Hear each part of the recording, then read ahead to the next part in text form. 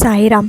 సమర్థ సద్గురు సాయినాథ్ మహారాజ్ కి జై. ముందుగా మన సాయి కుటుంబ సభ్యులందరికీ నమస్కారం అండి. అందరూ కూడా సుఖంగా, సంతోషంగా, ఆరోగ్యంగా బాగుండాలని మనస్ఫూర్తిగా కోరుకుంటూ ఈరోజు వీడియో మొదలు పెడుతున్నాను. ఇక ఈరోజు వీడియోలో బాబా గారు ఏం చెప్పబోతున్నారు అంటే, తల్లి, కోల్పోయిన జీవితం తిరిగి నీకు దక్కాలి అంటే వెంటనే శ్రీవారి చేతి స్పర్శ తాకిన ఈ దూడను తాకమ్మా, బంగారం లాంటి అవకాశాన్ని దక్కించుకో అని చెప్పి ఈరోజు బాబా గారు చాలా గొప్ప సందేశాన్ని మన కోసం అందిస్తున్నారండి. కోల్పోయిన జీవితాన్ని తిరిగి దక్కించుకోవడానికి బాబా గారు ఒక మంచి మార్గాన్ని అయితే అందిస్తున్నారు. కొంతమంది జీవితంలో కష్టాలు ఎలా ఉంటాయంటే, మూర్ఖంగా ప్రవర్తించడం వల్ల, చేతులారా చేసుకోవడం వల్ల కష్టాలనేవి కొని తెచ్చుకుంటూ ఉంటారు. కానీ కొంతమంది జీవితంలో ఏ జన్మలో చేసుకున్న పాపాలో కానీ ఈ జన్మలో అయితే అనుభవిస్తూ ఉంటారు. ఈరోజు మనం కోల్పోయిన జీవితాన్ని తిరిగి పొందడానికి బాబా గారు ఇస్తున్న మార్గం. మరి ప్రతి ఒక్కరూ కూడా మనస్ఫూర్తిగా ఆ శ్రీవారి చేతులలో ఉన్న లేగదూడను తాకండి, మన జన్మ ధన్యమవుతుంది. ఒక చిన్న కథ రూపంలో బాబా గారు ఏం చెప్పాలి అనుకుంటున్నారో తెలుసుకుందాం. పూర్వం ఒక ఊరిలో ఒక బ్రాహ్మణుడు ఉండేవాడు. అతని పేరు సుదాముడు. అతని కుటుంబంలో తాను, తన భార్య, ఒక కుమారుడు ఉండేవాడు. ఆ కుమారుని పేరు సోము. ఆ బ్రాహ్మణుడు ఎక్కువ సమయాన్ని చదవడం, రాయడం లాంటి పనులు చేసేవాడు. అతను ఎంతో గొప్ప గొప్ప గ్రంథాలను కూడా రచించాడు. అతను ఎల్లప్పుడూ పుస్తకాలు రాయడంలోనే కాలం గడిపేవాడు. కుటుంబాన్ని ఎక్కువగా పట్టించుకునేవాడే కాదు. ఒకరోజు అతని భార్య అతని వద్దకు వచ్చి, మీరు ఎల్లప్పుడూ పుస్తకాలు వ్రాయడంలోనే కాలం గడుపుతున్నారు, మమ్మల్ని అస్సలు పట్టించుకోవడం లేదు, మీకున్న ఒక్కగానొక్క కుమారుని పైన మీకు ప్రేమ లేదా అంటూ అడుగుతుంది. కానీ అతను ఏమి సమాధానం చెప్పకుండా అక్కడి నుండి వెళ్ళిపోతాడు. ఆ బ్రాహ్మణుడిని అందరూ ఎంతో గొప్పగా గౌరవించేవారు. మహారాజు కూడా అతని ఎంతగానో మెచ్చుకొని ఎంతో గౌరవించి తన వద్ద ముఖ్య సలహాదారునిగా ఉండమని చాలాసార్లు బ్రతిమలాడి ఉంటాడు. కానీ ఆ బ్రాహ్మణుడు ఒప్పుకోలేదు. అతను బయటకు వెళితే అందరూ ఎంతో గౌరవంగా అతనికి నమస్కరించేవారు. ఇటు ఆ బ్రాహ్మణుని కుమారుడైన సోము మాత్రం తన తల్లి అతి ప్రేమ వల్ల తప్పుదారి పట్టేశాడు. ప్రతిరోజు పాఠశాలకు వెళ్ళేవాడే కాదు, ఇక చెడు స్నేహం చేస్తూ అల్లరి చిల్లరిగా తిరిగేవాడు. ఇక ఆ బ్రాహ్మణునికి తన కొడుకుని పట్టించుకునేంత సమయమే ఉండేది కాదు. తన పనిని తాను చేసుకుంటూ ఉండేవాడు. ఇలా కొంతకాలం గడిచిపోతుంది. అతని కుమారుడి వయసు కూడా పెరుగుతుంది. వయసు పెరుగుతున్న కొద్దీ అతడు పూర్తిగా చెడు అలవాట్లకు బానిసగా మారుతాడు. చెడు స్నేహాలతో కలిసి జూదం ఆడేవాడు, మద్యం త్రాగేవాడు. పూర్తిగా చెడిపోయిన ఆ కుమారుడు ఒకరోజు జూదం ఆడడానికి ధనం లేకపోవడంతో తన స్నేహితులతో కలిసి ఎక్కడైనా దొంగతనం చేయాలి అనుకుంటాడు. అనుకున్నట్టుగానే ఆ రోజు రాత్రి గుడిలో దొంగతనానికి వెళతారు. కానీ వాళ్ళు దొంగతనం చేస్తున్నప్పుడు వాళ్ళని ఒక వ్యక్తి చూస్తాడు. అతను గట్టిగా అరవడంతో అందరూ అక్కడకు చేరుకొని వాళ్లను పట్టుకున్నారు. ఆ తర్వాత వాళ్లను నేరుగా మహారాజు ముందు ప్రవేశపెడతారు. అప్పుడు మహారాజు, ఏం జరిగింది, ఎందుకు వీళ్లను ఇక్కడకు తీసుకొచ్చారు అంటూ అడుగుతారు. అప్పుడు ఆ ఊరి వాళ్ళు, మహారాజా, వీళ్లను గుడిలో దొంగతనం చేస్తూ ఉండగా పట్టుకున్నాము. ఇందులో ఒక పిల్లవాడు ఆ పండితుని కుమారుడు అని చెబుతారు. అది విన్న ఆ మహారాజు ఆశ్చర్యపోతాడు. ఏంటి, ఆ పండితుని కుమారుడు దొంగతనం చేశాడా? అతను అందరికీ జ్ఞానం, ధర్మం గురించి ఉపదేశాలు ఇస్తూ ఉంటారు. అలాంటి మహాత్ముని కుమారుడు ఇలా దొంగతనం చేయడం ఏంటి? అతనికి ఏమీ అర్థం కావడం లేదు. వెంటనే ఒక సైనికుణ్ణి పిలిచి ఆ పండితుణ్ణి ఇక్కడ పిలుచుకురండి అంటూ ఆదేశిస్తాడు.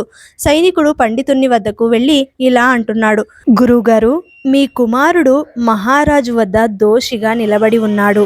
అతడు గుడిలో దొంగతనం చేస్తూ ఉండగా పట్టుకొని మహారాజు ముందు ప్రవేశపెట్టారు. మిమ్మల్ని మహారాజు వెంట పెట్టుకొని రమ్మన్నారు అని చెప్పాడు. అది విన్న ఆ బ్రాహ్మణునికి చాలా బాధ కలుగుతుంది. అయ్యో, ఇప్పుడు నేనేం చెయ్యాలి? అందరికీ అక్కడ నా మొహం ఎలా చూపించుకోవాలి? నాకు మాయని మచ్చ వచ్చింది అంటూ బోరున ఏడుస్తాడు. అప్పుడు అతని భార్య ఇలా అంటుంది, చూడండి, మహారాజు మిమ్మల్ని చాలా గౌరవిస్తాడు. మీరు చెబితే మన కుమారుణ్ణి క్షమించి వదిలేస్తారు అని అంటుంది. అప్పుడు ఆ పండితుడు, లేదు లేదు, నేను అలా చేయలేను. తప్పు చేసిన వాడికి శిక్ష పడవలసిందే.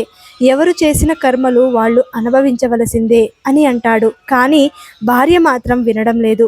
మీరు వెళ్ళి మన కుమారుణ్ణి తీసుకురాకుంటే నేను నా ప్రాణాలను వదిలేస్తాను అంటూ బెదిరిస్తుంది. ఇక భార్య బెదిరించడంతో తన సిద్ధాంతాలను కూడా పక్కన పెట్టి ఎంతో బాధతో, చూడు, నేను ఇన్ని రోజులు ఎవరి ముందు తల వంచకుండా ఎంతో గౌరవంగా బ్రతికాను. చెడుని సమర్థించడం కూడా ధర్మం కాదు. కానీ నీ కోసం నేను మహారాజు వద్దకు వెళ్ళి అతడిని అడుగుతాను అని అంటాడు. భార్య మొండితనం వల్ల ఇష్టం లేకపోయినా భటులతో కలిసి రాజమందిరానికి చేరుకుంటాడు. అక్కడ అందరూ ఆ పండితుణ్ణి దీర్ఘంగా చూస్తున్నారు. అతనికి చాలా సిగ్గుగా అనిపిస్తుంది. అప్పుడు ఆ పండితుడు రాలేని స్వరంతో ఇలా అంటాడు, మహారాజా, నా కుమారుడు చాలా చిన్నవాడు, తెలియక తప్పు చేశాడు, అతన్ని క్షమించి వదిలేయండి అంటూ అడుగుతాడు. అప్పుడు మహారాజు గంభీరమైన స్వరంతో, మహాత్మా, తెలిసి చేసినా తెలియక చేసినా తప్పు తప్పే, అతన్ని వదిలేయాలంటే మీరు అందరినీ క్షమాపణ అడగాలి అని అంటాడు. అప్పుడు ఆ పండితుడు అలాగే మహారాజా అంటూ అందరి ముందు చేతులు జోడించి కళ్ళల్లోంచి నీళ్లు కారుతూ ఉండగా అందరూ నన్ను క్షమించండి, తప్పు జరిగిపోయింది అంటూ అడుగుతాడు. అప్పుడు మహారాజు సరే, ఇక మీదట ఏ తప్పు జరగకుండా జాగ్రత్తగా చూసుకోండి అంటూ అతని కుమారుణ్ణి క్షమించి పంపించేస్తాడు. కొడుకుని వెంటబెట్టుకుని పండితుడు ఇంటికి చేరుకుంటాడు. ఆ తర్వాత ఆ ఊరిలోని ప్రజలు పండితుణ్ణి గౌరవించడం లేదు, మీ కొడుకు ఒక దొంగ అంటూ నానా మాటలంటూ ఎగతాళి చేస్తారు. ఆ పండితుడు బయటకు వెళ్ళిన తలదించుకునే వెళతాడు. అప్పటి వరకు అతన్ని చూసి గౌరవంగా నమస్కరించిన వారే ఇప్పుడు అతన్ని పట్టించుకోవడం లేదు. ఆ అవమానం పండితుడు తట్టుకోలేకపోతున్నాడు. ఎల్లప్పుడూ దాని గురించి ఆలోచిస్తూ సరిగ్గా భోజనం కూడా చేయడం లేదు. మెల్లిగా అతని ఆరోగ్యం క్షీణిస్తుంది. కొడుకు ఇంటికి వచ్చిన తర్వాత కూడా అతని అలవాటు మాత్రం మారలేదు. బయట ఎవరు అతన్ని నమ్మకపోవడంతో ఇక తన ఇంట్లో వస్తువులను కూడా అమ్మడం మొదలు పెడతాడు. తన తండ్రి పుస్తకాలను అమ్మేసేవాడు. ఒకరోజు తన పుస్తకాలు కనిపించకపోవడంతో కొడుకుని పిలిచి, నా పుస్తకాలు కనిపించడం లేదు, ఏం చేశావంటూ అడుగుతాడు. అప్పుడు సోము, నాన్నగారు, నేను ఇంట్లో ఉన్న చెత్తను, పాత పుస్తకాలను బయట పారేశాను అని అంటాడు. ఆ మాటలు విన్న పండితునికి విపరీతమైన కోపం వస్తుంది. ఒరే పిచ్చివాడా, ఎందుకు అలా చేశావంటూ తిడతాడు. అప్పుడు ఆ పుత్రుడు ఏడుస్తూ, నాన్నగారు, మీరు నన్ను ఎప్పుడూ తిడుతూనే ఉంటారు, మీకు నా మీద అస్సలు ప్రేమ లేదంటూ అతడు అక్కడ నుండి వెళ్ళిపోతాడు. ఇలా ఇంకా కొంతకాలం గడిచిపోతుంది. ఆ పండితుడి ఆరోగ్యం మరింతగా క్షీణిస్తుంది. అతను ఎల్లప్పుడూ నేను మరణిస్తే నా భార్య బిడ్డలు ఏమైపోతారంటూ బాధపడేవాడు. అంత అనారోగ్యంలో కూడా అతను ఒక అద్భుతమైన గ్రంథాన్ని రాస్తాడు. అతను ఆ గ్రంథాన్ని పూర్తిగా రాసిన తర్వాతే నాకు మరణం సంభవించాలని ఆ భగవంతుణ్ణి వేడుకుంటాడు. అలా రాత్రి పగలు అనే తేడా లేకుండా ఆ గ్రంథాన్ని రాస్తాడు. ఇలా ఒక రోజున ఆ గ్రంథం రాయడం పూర్తవుతుంది. అలాగే అతని ఆరోగ్యం కూడా పూర్తిగా క్షీణిస్తుంది. ఇక అతనికి తన మరణ సమయం దగ్గరకు వచ్చిందని అర్థమవుతుంది. ఇక అతను తన కుమారునికి దగ్గరకు పిలుచుకొని ప్రేమతో ఇలా అంటాడు, నాయనా, ఇంకా నీ వద్ద చాలా సమయం మిగిలి ఉంది. చెడు అలవాట్లను మానేయ్. నేను లేకున్నా అమ్మను జాగ్రత్తగా చూసుకో నాయనా. జీవితం చాలా విలువైనది, ధర్మంగా బ్రతకడం నేర్చుకో అంటూ తాను రాసిన అమూల్యమైన గ్రంథాన్ని కుమారునికి ఇస్తూ, నాయనా, నువ్వు ఇలా మారడానికి నేనే కారణం. నేను నిన్ను సరిగ్గా పట్టించుకోలేదు, నీతో ఎప్పుడూ ప్రేమగా మాట్లాడనే లేదు, అందుకే నువ్వు ఇలా మారావు. నాయనా, ఈ గ్రంథం చాలా అమూల్యమైనది, దీనిని జాగ్రత్తగా నీ వద్ద ఉంచుకో. ఇది నీ జీవితంలో నీకు చాలా ఉపయోగపడుతుంది. ఇంతకు మించి నీకు ఇవ్వడానికి నా వద్ద ఏమీ లేదు అంటూ ఆ గ్రంథాన్ని అతనికి ఇచ్చేస్తాడు. దానిని స్వీకరించిన కుమారుడు తన మనస్సులో ఇలా అనుకుంటాడు, ఈ గ్రంథం నాకేం పనికొస్తుంది, నాకు చదవడం రాదు, దీనికి బదులుగా మా నాన్న ధనమిచ్చినా ఉపయోగపడేది అని అనుకుంటాడు. ఇక ఆ మరునాడు ఉదయమే ఆ పండితుడు మరణిస్తాడు. అది చూసి అతని భార్య గుండెలు బాదుకుంటూ రోదిస్తుంది. కానీ కుమారుడు మాత్రం ఏమీ చింతించడం లేదు. నాన్నగారు ఏమైనా ధనం దాచిపెట్టారేమోనని వాళ్ళ నాన్నగారి గదిలో వెతుకుతున్నాడు. కానీ అతనికి ఏమీ దొరకలేదు. ఇక నిరాశతో ఒక మూలన కూర్చుంటాడు. ఇలా ఇంకా కొంతకాలం గడిచిపోతుంది. సంపాదించేవారు లేకపోవడంతో వారికి తినడానికి కూడా సరిగ్గా తిండి లభించడం లేదు. ఒకరోజు ఆ తల్లి తన కొడుకుని పిలిచి ఇలా అంటుంది, నాయనా, ఇన్ని రోజులు మీ నాన్నగారు ధనం సంపాదించి మనల్ని పోషించేవారు. ఇప్పుడు ఆయన లేరు. ఇల్లు గడవడం చాలా కష్టంగా ఉంది. నువ్వు ఎన్ని రోజులని ఇలా పని చేయకుండా తిరుగుతావు చెప్పు. వెళ్ళి ఏదైనా ఒక మంచి పనిని చేసి ధనం సంపాదించు అని అంటుంది. అప్పుడు ఆ పుత్రుడు, అమ్మా, పనిని ఎవరు నాకు ఇస్తారు చెప్పు. నాకు చదువు కూడా లేదు. ఇక్కడ నన్ను ఎవరూ నమ్మడమే లేదు. నాకు ఏ పని చేత కాదు అని అంటాడు. అప్పుడు ఆ తల్లి ఇలా ఆలోచిస్తుంది, నా భర్త అంటే మహారాజుకు చాలా గౌరవం. నేను వెళ్ళి నా పరిస్థితిని వివరించి ఏదైనా సహాయం చేయమని అడుగుతాను. ఆయన ఖచ్చితంగా నాకు సహాయం చేస్తాడు అని అనుకుంటుంది. ఆ మరునాడు ఉదయమే మహారాజు వద్దకు చేరుకుని తన దీనస్థితిని వివరించి తనకు ఏదైనా సహాయం చేయమని అడుగుతుంది. అప్పుడు మహారాజు, అమ్మా, నేనేం సహాయం చేయగలను? మీ భర్తను నా వద్ద ముఖ్య సలహాదారుగా ఉండమని నేను ఎన్నోసార్లు చెప్పి చూశాను. కానీ అతను నా మాటను వినలేదు. అయినా మీ కుమారుడు ఉన్నాడు కదా, అతడిని ఏదైనా పనికి పంపి ఆ ధనంతో హాయిగా బ్రతకవచ్చు కదా అంటూ కొద్దిగా ధనం ఇచ్చి ఆమెను అక్కడి నుండి పంపిస్తాడు. మహారాజు ఇచ్చిన ధనంతో 1 నెల రోజులు గడిచిపోయాయి. మళ్ళీ కథ మొదటికే వచ్చింది. ఒకరోజు ఆ పుత్రుడు తన తల్లి దగ్గరకు వచ్చి, అమ్మా, నాన్నగారు ఈ పుస్తకం నాకు ఎందుకిచ్చారంటూ అడుగుతాడు.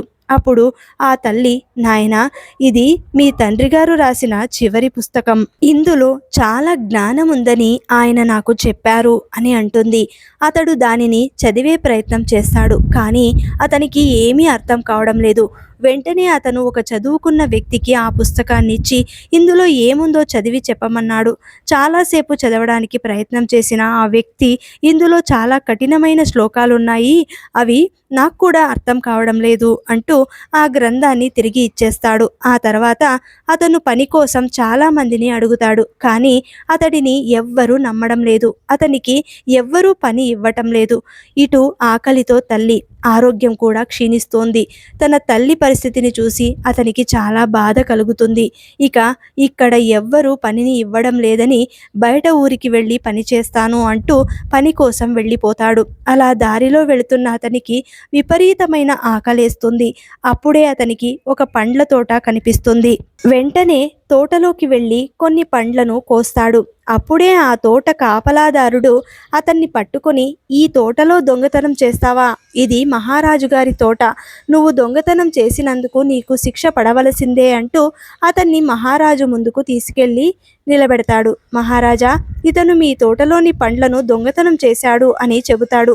అప్పుడు మహారాజు కోపంతో ఊగిపోతూ, ఇంకా నువ్వు మారలేదా? మళ్ళీ దొంగతనం చేశావా అంటూ అడుగుతాడు. అప్పుడు సోము, మహారాజా, నాకు బాగా ఆకలిగా ఉంది, అందుకే కొన్ని పండ్లను దొంగతనం చేశాను అంటూ దీనంగా అడుగుతాడు. అప్పుడు మహారాజు, ఇక నువ్వేమీ చెప్పనవసరం లేదు. నువ్వు ఆ పండితుని కుమారుడివి. కాకపోతే నేను ఇప్పుడే మరణదండన విధించేవాడిని. ఇక నువ్వు నా రాజ్యంలో ఉండకూడదు. రాజ్యాన్ని విడిచి వెళ్ళిపో అంటూ ఆదేశిస్తాడు. ఇక మహారాజును ఏమీ అనలేక ఏడుస్తూ ఇంటికి చేరుకుంటాడు. కానీ అప్పటికే తన తల్లి మరణించి ఉంటుంది. అది చూసి అతనికి ఇంకా దుఃఖం పెరిగిపోతుంది. ఇక ఏడుస్తూ తన తల్లి అంత్యక్రియలను పూర్తి చేసి తన తండ్రి ఇచ్చిన పుస్తకాన్ని తీసుకొని ఆ రాజ్యాన్ని విడిచి వెళ్ళిపోతాడు. ఎవరి జీవితం ఎప్పుడు ఎలా మారుతుందో తెలియదు. అప్పటి వరకు మనతో ఉన్న వాళ్ళు మనల్ని ఒంటరిగా వదిలేసి వెళ్ళిపోతారు. అలాంటి సమయంలో కూడా మనం కృంగిపోవద్దు. ఆ భగవంతుడు మన కోసం ఎవరినో ఒకరిని తోడుగా పంపిస్తాడు. ఎక్కడ ఆగకుండా ముందుకు సాగిపోతూ ఉండాలి. మనం చేసే తప్పులను ఎత్తి చూపించేవారు మనల్ని ఎప్పుడూ కూడా మోసం చేయరు. తీయగా మాట్లాడేవారే మోసం చేస్తారు. ఈ లోకంలో మనకు సాధ్యం కానిదంటూ ఏదీ లేదు. కానీ మన ప్రయత్నం మనం ఆపకూడదు. ఇక సోము నడుచుకుంటూ నడుచుకుంటూ ఒక పెద్ద అడవిలోకి చేరుకుంటాడు. అతను ఒక చెట్టు క్రింద కూర్చుని, ఇక నేను ఇక్కడే ఈ అడవిలోనే ఉంటాను, నాకు ఎవ్వరూ లేరు, ఇక్కడ ఈ పండ్లను కాయలను తింటూ జీవితాన్ని గడిపేస్తాను అని అనుకుంటాడు. అలా కొద్దిసేపు విశ్రాంతి తీసుకున్న తర్వాత తన తండ్రి ఇచ్చిన ఆ పుస్తకాన్ని తీసి చదివే ప్రయత్నం చేస్తాడు. ఈ పుస్తకంలో చాలా జ్ఞానం ఉందని మా నాన్నగారు చెప్పారు, దానితోనైనా నా జీవితం మారుతుందేమోనని చదవడానికి ప్రయత్నిస్తాడు. కానీ అతని వల్ల కావడం లేదు. అప్పుడు సోము, అయ్యో, నేను చదువుకుని ఉంటే నేను దీనిని చదివేవాడిని, ఇందులో ఉన్న జ్ఞానాన్ని నేను అర్థం చేసుకునేవాడిని, నేను చదువుకోలేకపోవడం వల్ల ఇంత జ్ఞానం నా వద్ద ఉన్నా దానిని అర్థం చేసుకోలేకపోతున్నాను అంటూ బాధపడతాడు. అప్పుడే ఒక పెద్ద సుడిగాలి వచ్చి ఆ పుస్తకంలోని కొన్ని పేజీలు గాలికి దూరంగా ఎగిరిపోతాయి. సోము వాటిని పట్టుకునే ప్రయత్నం చేస్తున్నాడు, కానీ కొన్ని పేజీలు దూరంగా ఎగిరిపోయాయి. ఇక మిగిలిన వాటిని సంచిలో పెట్టుకొని ఆహారం కోసం కొద్దిగా ముందుకు వెళ్ళిపోతాడు. అదే సమయంలో ఒక యువరాజు వేట కోసం అడవిలోకి వస్తాడు. ఆ పుస్తకంలోని ఒక పేజీ గాలిలో ఎగురుతూ ఎగురుతూ యువరాజు చేతిలోకి చేరుతుంది. దానిని చూసిన యువరాజు చదివే ప్రయత్నం చేస్తాడు, కానీ అది సంస్కృతంలో ఉండడం వల్ల అతను చదవలేకపోతాడు. దానిని తన జేబులో పెట్టుకుని ముందుకు వెళ్ళిపోతాడు. అలా ముందుకు వెళుతున్న అతనికి ఒక జింక కనిపిస్తుంది. దానిని వెంబడిస్తూ వెంబడిస్తూ ఒక చిన్న గ్రామంలోకి చేరుకుంటాడు. ఆ గ్రామం అడవి మధ్యలో ఉంది. అదే సమయంలో ఆ ఊరి వాళ్ళందరూ ఒక్క దగ్గర కూర్చొని ఏదో మాట్లాడుకుంటూ ఉన్నారు. అందులో ఒక పూజారి మాట్లాడుతూ, మన ఊరిలో ఉన్న ఆలయంలోని దేవికి ఒక యువకుడిని బలి ఇవ్వాలి, అప్పుడే మన ఊరికి మంచి జరుగుతుంది అని అంటాడు. ఇక అందరూ పూజారి మాటను ఒప్పుకుంటారు. అదే సమయంలో ఈ యువరాజు అక్కడికి చేరుకుంటాడు. ఇక ఆ ఊరి వాళ్ళ అతన్ని చూసి, పూజారి గారు, ఆ దేవి తన బలిని ఇక్కడికే రప్పించుకుంది, ఇదిగో ఈ యువకుడినే మనం బలి చేద్దాం అని అంటారు. ఆ మాటలు విన్న యువరాజు గజగజ వణికిపోతాడు. ఇక అతన్ని కట్టేస్తారు. యువరాజుకు ఏం చేయాలో అర్థం కావడం లేదు. అప్పుడు ఆ యువరాజు, పూజారి గారు, నా బలి పనిచేయదు, నేను ఒక నీచపు కులంలో జన్మించాను అని అంటాడు. అప్పుడు ఆ పూజారి, బలి ఇవ్వడానికి కులంతో పనేముంది, దేవికి బలి కావాలి అంతే, అది ఎవరైనా సరే అని అంటాడు. ఇక యువరాజుకు తన మరణం తప్పదని అర్థమవుతుంది. ఇక చివరిగా, పూజారి గారు, నాకు ఒక సహాయం చేయండి, నా జేబులో ఒక కాగితం ఉంది, అది చదివి అందులోని అర్థాన్ని నాకు తెలియజేయండి, ఇదే నా చివరి కోరిక అంటాడు. అప్పుడు ఆ పూజారి, అదెంత పని, నేను చదువుతాను అంటూ ఆ పేజీని తీసుకుని, ఇందులో 2 శ్లోకాలు ఉన్నాయి, అందులో మొదటి శ్లోకం యొక్క అర్థం ఏంటంటే, ఒక అబద్ధం ఎన్నో అబద్ధాలకు జన్మనిస్తుంది, అలాగే అబద్ధమాడిన వ్యక్తి చివరకు కష్టాలను కొని తెచ్చుకుంటాడు. ఇక రెండవ శ్లోకం యొక్క అర్థం, ఎవరిదైనా ప్రాణం తీయడం చాలా సులభం, కానీ ఒక ప్రాణానికి జీవం పోయడం మాత్రం చాలా కష్టం అని అంటాడు. అది విన్న యువరాజు ఏడవడం మొదలు పెడతాడు. అప్పుడు ఆ పూజారి, ఎందుకు ఏడుస్తున్నావు అంటూ అడుగుతాడు. అప్పుడు ఆ యువరాజు, మీరు చదివిన 2 శ్లోకాలు నాకే వర్తిస్తాయి అంటాడు, వాటిలో ఉన్నట్టే నాకు జరిగింది అని అంటాడు. అది విన్న ఆ ఊరి ప్రజలు కళ్ళు తెరుచుకుంటాయి. పూజారి గారు, అందులో ఉన్నది అక్షర సత్యం, మనకు అతని ప్రాణాలు తీసే అధికారం లేదు, అతడిని వదిలేద్దాం అని అంటారు. ఇక ఆ పూజారి అతన్ని వదిలేస్తూ, ఇక ఇక్కడి నుండి నువ్వు వెళ్ళిపో, ఈ 2 శ్లోకాలు మా కళ్ళను తెరిపించాయి, ఇక ఇప్పటి నుండి మేము ఏ జీవిని కూడా ఆ దేవికి బలి ఇవ్వము అని అంటారు. ఇక ఆ పేజీని తీసుకుని యువరాజు అక్కడి నుండి వెళ్ళిపోతాడు. అతను దారిలో వెళుతూ వెళుతూ, ఈ పేజీ ఎంత విలువైనది, ఇది నా ప్రాణాలను కాపాడింది, ఇలాంటివి ఇంకా లభించి ఉంటే బాగుండేది అంటూ రాజదర్బారుకు చేరుకొని తండ్రికి నమస్కరిస్తూ ఇలా అంటాడు, నాన్నగారు, నన్ను క్షమించండి, నేను మీరు చెప్పినట్టు వినలేదు, మీరు వేటకు వెళ్ళవద్దు, జీవులను చంపవద్దు అని చెప్పారు, కానీ నేను మీకు అబద్ధం చెప్పి వేట కోసం అడవిలోకి వెళ్ళాను, అలా వెళ్ళి నేను ఆపదలో చిక్కుకున్నాను, కానీ నాన్నగారు ఈ 2 శ్లోకాలు నన్ను బ్రతికించాయి అంటూ జరిగినదంతా తన తండ్రికి చెప్పి ఆ పేజీని మహారాజుకు చూపించాడు. అది చూసిన మహారాజు, ఇది చాలా అమూల్యమైనది, ఇది 5వ పేజీ, ఇలాంటివి ఇంకా ఎక్కడున్నాయి అంటూ అడుగుతాడు. అప్పుడు ఆ యువరాజు, నాన్నగారు నాకు ఇదొక్కటే లభించింది, బహుశా ఇది ఒక పుస్తకంలో నుండి విడిపోయి నా వద్దకు చేరి ఉంటుంది అని అంటాడు. అప్పుడు మహారాజు కొంతమంది భటులను పిలిచి ఆ పేజీని చూపిస్తూ, ఇలాంటి ఇంకా పేజీలు ఎక్కడ ఉన్నాయో వెతికి తీసుకురండి, వాటిని తెచ్చిన వారికి మంచి బహుమానం అలాగే ఉన్నతమైన పదవి కూడా ఇస్తాను అని అంటాడు. మహారాజు ఆదేశంతో ఆ భటులు ఆ పుస్తకాన్ని వెతకడానికి వెళ్ళిపోయారు. ఇలా 2 నెలలు గడిచిపోయాయి. ఇటు సోము అడవిలో తిరుగుతూ తిరుగుతూ ఒక బిచ్చగాడిలాగా మారిపోయాడు. ఇక తను తిరుగుతూ తిరుగుతూ యువరాజు ఉంటున్న రాజ్యానికే చేరుకుంటాడు. అతను అందరి వద్దకు వెళ్ళి ఏమైనా ఆహారం ఇవ్వమని అడుగుతాడు. కానీ అతడిని ఎవ్వరూ పట్టించుకోవడం లేదు. ఒకరోజు ఇక ఆకలిని తట్టుకోలేక ఒక ఇంట్లో చొరబడి భోజనం దొంగతనం చేస్తాడు. అది చూసిన ఆ ఇంటి యజమాని అతన్ని విపరీతంగా కొడతాడు. అదే సమయంలో కొంతమంది రాజభటులు అటుగా వెళుతూ అతన్ని చూసి ఎందుకు కొడుతున్నారు అంటూ అడుగుతారు. ఇతను మా ఇంట్లో దొంగతనం చేశాడు, అందుకే ఇతన్ని మేము కొడుతున్నాము అని అంటారు వాళ్ళు. ఇక అతన్ని రాజభటులు మహారాజు ముందు ప్రవేశపెడతారు. అప్పుడు మహారాజు ఎందుకు దొంగతనం చేశావు, ఎక్కడెక్కడ దొంగతనం చేశావు అంటూ అడుగుతాడు. అప్పుడు సోము, మహారాజా, నాకు బాగా ఆకలి వేయడంతో నేను ఆహారం మాత్రమే దొంగతనం చేశాను, మరేమీ దొంగతనం చేయలేదు అని అంటాడు. అప్పుడు మహారాజు అతని సంచిలో ఏముందో వెతకండి అని అంటాడు.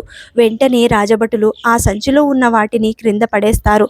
అందులో నుంచి ఒక పుస్తకం తప్ప మరేమీ లేదు. అదే సమయంలో యువరాజు అక్కడకు చేరుకొని ఆ పుస్తకాన్ని తన చేతిలోకి తీసుకొని గట్టిగా నవ్వుతూ, ఇదే పుస్తకం ఇన్ని రోజులకు నాకు లభించింది అంటూ సోమును చూస్తూ, నీ పేరేమిటి, నువ్వు ఎవరు, ఈ పుస్తకం నీకు ఎక్కడ లభించింది అంటూ అడుగుతాడు.